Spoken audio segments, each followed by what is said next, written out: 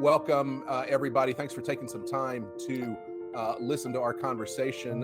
Today, I'm joined by my good friend Kathy Lentz from Charlottesville, Virginia. Kathy does great work in business development, especially in healthcare, and has been working with us on Polaris for quite some time. And Mr. Josh Duvall, who is a new partner with Maynard Cooper and Gale, who is all dressed and ready for action down at Suffolk in Tampa, Florida. Thank you, folks. Glad you were able to carve out some time today. And what we want to do is talk about GSA Polaris in terms of the draft language and adjustments that GSA gave us to Section L, and talk about that in the context of all the client work we've been doing and what we've been hearing from folks. So just to maybe start, Josh, you're in the middle of a bunch of federal contractors down there in Tampa. What are people saying about Polaris and kind of the impact of this change? What are you hearing from folks as you travel the halls? Well, not too much Polaris here, as we're really focusing on the SOCOM, but the folks that I have spoken with that are sort of have a civilian presence as well as a DoD presence, this goes back to the issue we had with CIOS before, is putting together a solicitation that is responsive to what industry concerns, responsive to the realities of what happens when folks are forming teams in terms of how long it takes to get a team together and things of that nature. And then, of course, we have this protest that was filed, and this request for industry feedback appears to be in relation to that protest, because that was dismissed, and we believe that it was dismissed as academic in response to the agency taking corrective action. And so it sort of tries to fix the concern originally that there was an unbounded amount of experience that a mentor could provide. And so if you have a large company and there wasn't a limitation, folks were like, well, wait a second, how is this a level playing field for small business if the mentor could provide all 5 experience? Yeah, that's right. Yeah, it was really unbalanced. Kathy, what are you hearing from your clients in terms of, kind of how they're looking at things and what people are saying? Well, this gets at, and I hope that GSA Services MAC side of the house is listening to this, but this gets at, not having a draft as close to the final RFP, maybe small changes here and there, but changing something so greatly. This wasn't like, oh, we've known about this for, 8 months. This showed up in the final RFP, allowing the small business and a small mentor protege not to have to provide any of the corporate experience, and allowing the large mentor, who could be $1 billion company, to provide up to, all the way up to 5 of them. So the problem with this is, this is an issue now. And I know that Josh has a lot to say about it not being fair, because you can't now say that the small business in a mentor protege has to have one of the corporate experience, but then the other arrangements, the prime sub and the JV, don't. I mean, he'll get a little bit more into that. But the point of it is you're right. It's like in the middle of an RFP, we're doing an RFI. And just like you said, Robert, this is going to open up a whole can of worms for a whole bunch of other grievances people are having with things that didn't come up in a protest. There are things that people were upset about that may have gone out in the questions. And so I think that, and I agree, I think with others in industry, they need to stop this whole thing and do a new draft, allow everybody comment, get all these little things out of it that people are having issue with. Otherwise, we'll fix this one thing, and then somebody will be back in with another protest, and we'll be like CIOSP recompete, COSP4 recompete, where we had, I think, close to 13 amendments due to all the protests. Yeah, good point. So this draft language tried to address this idea that a mentor in a mentor protege joint venture could provide all of the relevant experience, all of the systems and certifications, and essentially GSA left the back door open to large business to be able to dominate this small business GWA. So they tried to correct it. And in correcting it, they did 2 things. They said, Well, now the mentor, the larger business in these joint ventures, can only supply 3 relevant experience projects, but then they require that the protege or the small business provide 1. So in some senses, they're trying to achieve balance. But Josh, as you and I have talked about several times, uh, they're kind of leaning into some risky territory, because now a protege in a joint venture has to provide 1, where there's really no requirement for the prime if you have a traditional single offer or a prime sub relationship, kind of as we traditionally know it. There's no requirement for the prime to provide any. So now they have this imbalance. So, talk about that in terms of, kind of the current state of regulations and what this kind of means. Well, there's two, when we had our several CIO SP4 webinars, and even I believe, webinar we did previously for Polaris, there's 2 regulations that sort of changed, or 2 regulatory regimes that sort of changed when it comes to past performance for these, not just GWACs, but how small businesses are treated. You have the JV regulation, which I'll focus on 125.8E, 13 CFR 125.8E, and then that's the mentor protege JV regulation. And of course, similar language is in the socioeconomic JV regulations. And then you also have the prime sub teaming evaluation of past performance, capabilities, and experience. And that's on the other side at 125.2G. And so GSA is going to have to think about both of these. And the thing that came to mind here, and I don't know how they're going to move forward, but it's just some stuff that I think that they need to think about, is in that regulation, and that being the joint venture regulation in 125.8E. One of the sentences says specifically, a procuring activity may not require the protege firm to individually meet the same or valuation or responsibility criteria as that required of other offerors generally. And so the question that comes to mind is, well, now you've said the protege has to provide 1. Maybe they've thought about it. Maybe they've said, because the other prime sub regulation allows you to use first tier subcontractors, there's a mechanism by which you can, get away with that. But there might be some small businesses that say, well, or proteges for that matter, say, well, now you're making us provide at least 1, but these other companies who aren't bidding as a JV, the offeror doesn't have to provide any. They can capture all of that from their subs, which, under the prime sub version of the regulation, ostensibly seems to be permissible. But you've got, a competing regulatory regime. I don't want to say competing, but it's flushing out in this odd way with these points-based scoring things.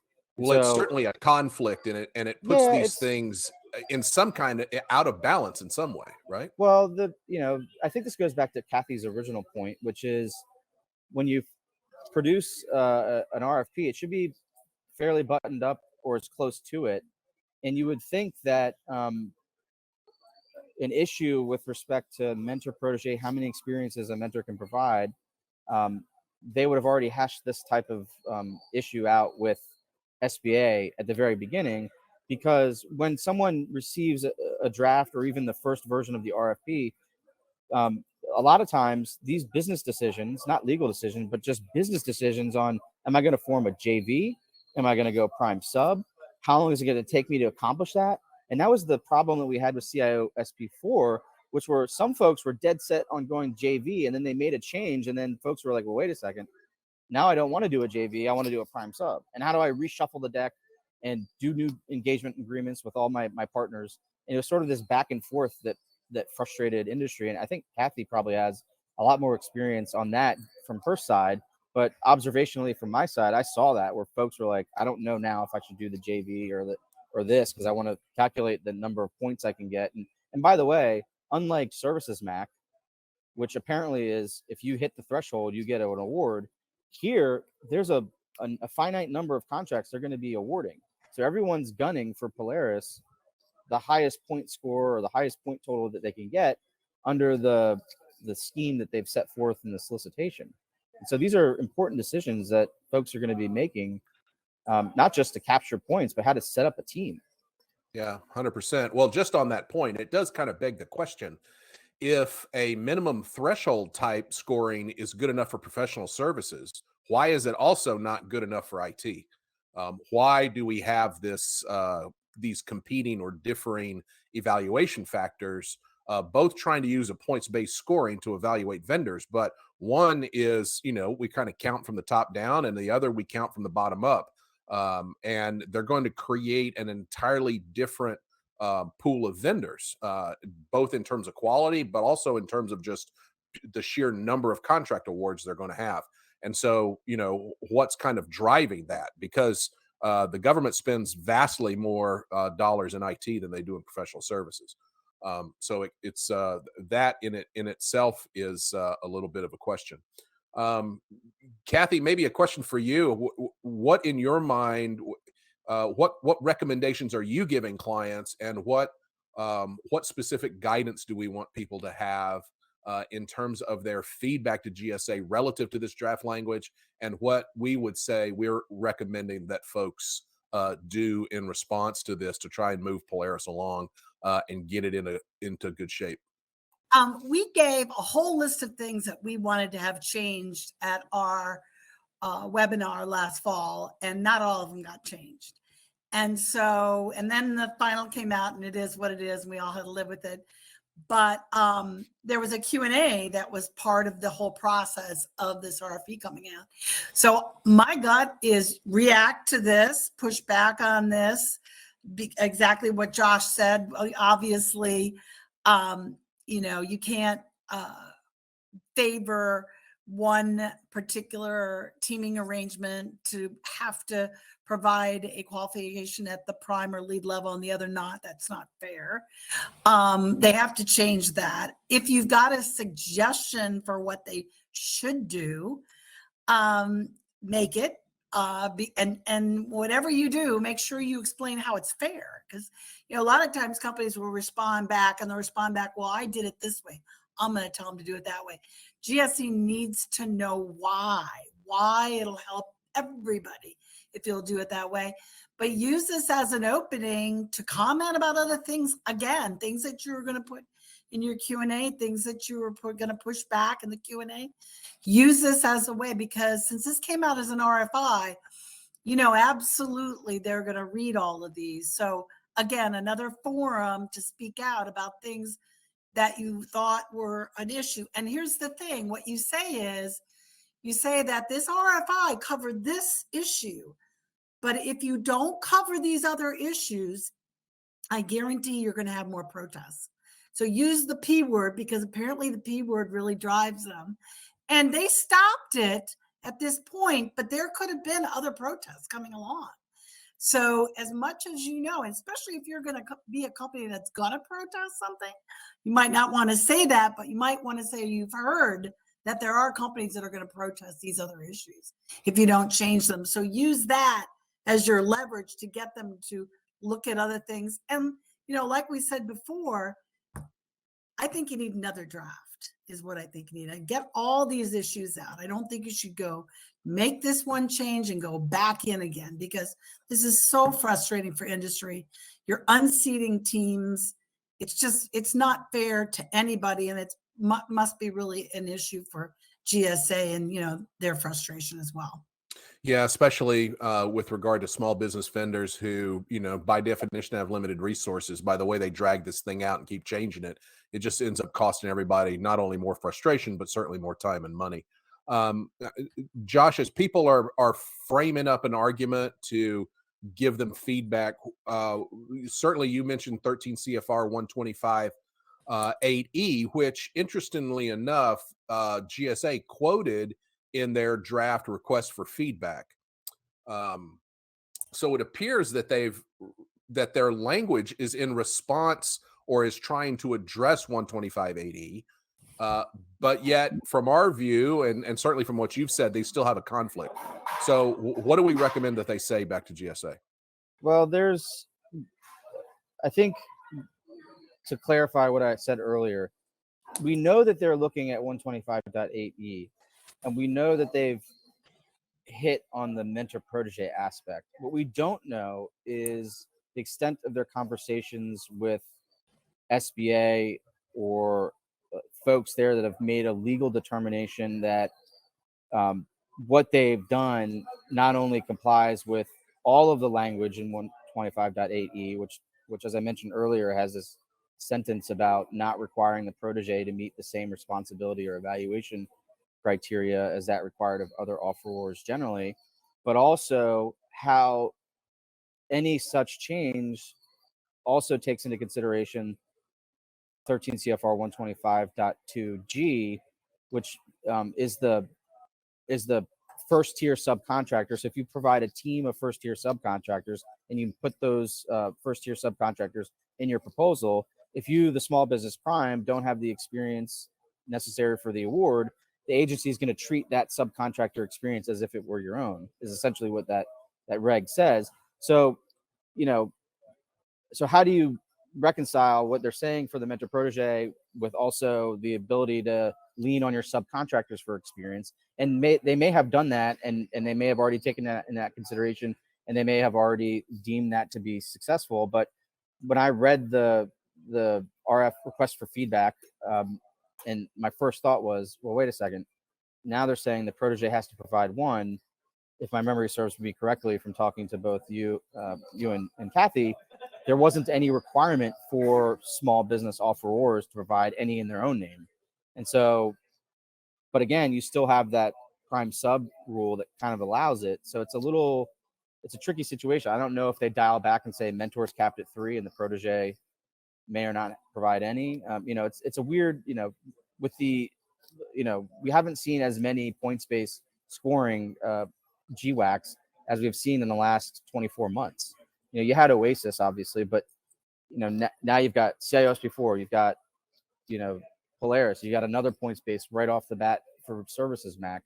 And so all these rules that I'm talking about were effective in November of 2020, right? So it's changing the game a little bit. And there was a lot of back and forth, I believe, with Polaris.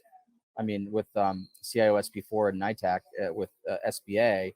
And I would imagine that same type of conversation is happening here with GSA and Polaris. So it'll be interesting to see, what other changes they make. But I think Kathy kind of hit the nail on the head, which is, you may want to dial it back, get it all fixed, show everyone what you're going to do, and then put it out there. But they've got their timetables and internal procurement clock going, and they want to kind of move forward. Yeah, and that's certainly one of the things we don't have the kind of insight that we'd like, which is exactly what they're thinking and how they're talking to SBA and what their time clocks are. Alliance Small expired a long time ago. So there is no, like COSP4 have deadlines because COSP3 expired actually this month, but they were able to extend it a year. Alliance Small's gone. So they really don't have, except for money, a timeline that they have to get this done. They just need to get it done right. And what extends it is the fact that, they make these changes in the way they do. But I have a question for you, Josh. Out of the 5, they're saying the mentor can provide 3. Do you have any idea why they said 3 versus 2? I mean, what's behind the number 3? And is there any way? Because I know we keep focusing on saying to not require the small to match up to prime sub. You shouldn't require the small to have any. Of course, the problem with that, everyone's going to say, is that no covered experience is small. So, and this is a small bid. So my gut is I would pull it back to 2, because then it would really hurt more for the small not to step up and do 1. Don't require them to do 1, but then pull the 3 experiences back to 2. What's your thought on that? Why they picked 3? I think part of it is to deal with the idea of not having the protege be in a position where they're putting more experience than the mentor. As SBA's comment in one of the protests was, the requirement doesn't mandate a particular level or type of experience, right? So that, when SBA provides comments in these protests, they basically are saying, this is what we think the regulation says. with the idea that the agency, the procuring agency, still has their discretion to kind of set up the procurement how they want. The way that this is written now, it's sort of, typically in a non-points-based scoring, you in many cases, not all, but a lot of times, a joint venture bids, and those are the only two companies that they intend on and performing the work. Here, it's such a, you've got to get all these points, and with saying that the protege has to provide one and the mentor is limited to 3, then where does that other one come from, right? Well, is it a subcontractor to the JV that's part of the JV's team? It could come from the protege, but it's not required to, at least according to how it's written. So there's a lot of, there's a puzzle here that I think we are trying to speculate on our end on how they would set something up that comply with the regulatory, and they may have legal folks on their end saying, no, what we've done accomplishes the goal because our interpretation of the regulation is this. And so we're good to go as long as the protege has one. But I think they're going to get a lot of feedback from industry, and they're going to have a lot of folks saying beyond what they put in the request for feedback. And I think they should take all of those comments into consideration and put forth an RFP with enough time for folks to make a decision as to, am I going to prime it and have subs, or am I going to form a JV and go after it?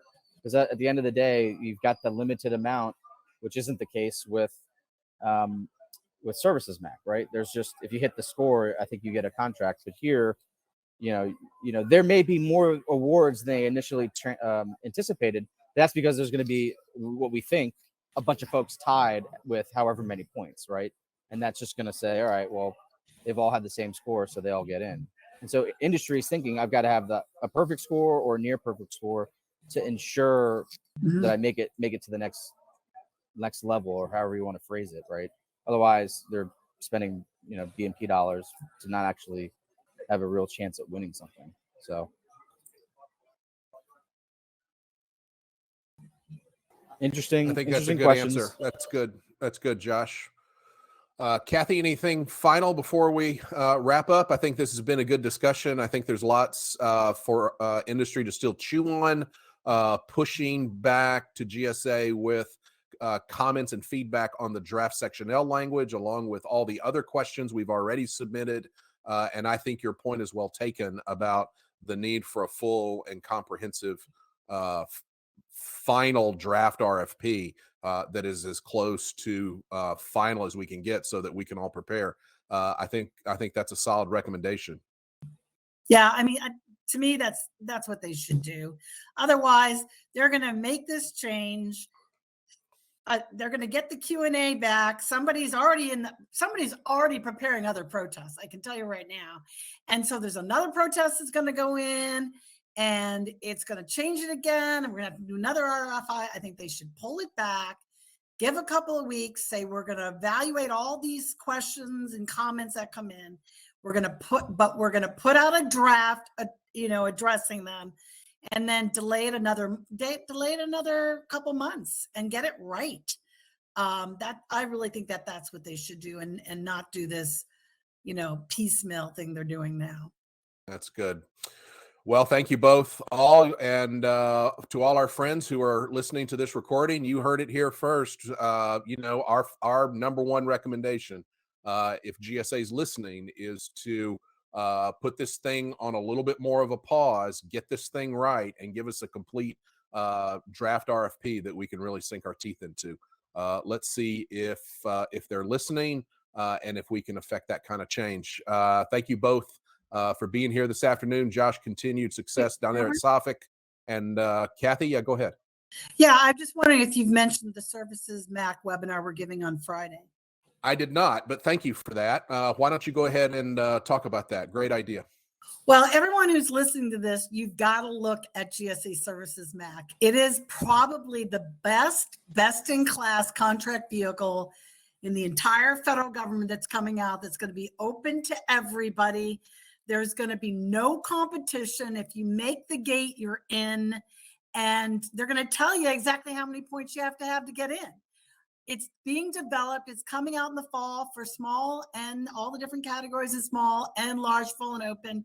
They came out with their first L&M draft. Here's the time to make comments, to think about how you're going to play, but really everybody should be bidding this thing, because the way they've set it up, it really is set up to help industry find a contract vehicle for them. Yeah, good stuff. And we're going to have a great webinar with this panel as well as some other folks joining us. So come join us Friday at noon. I'll include a link to the Eventbrite page where you can sign up and register for that webinar. I'll do that along with this video as well. So thanks everybody very much. And we look forward to seeing you soon.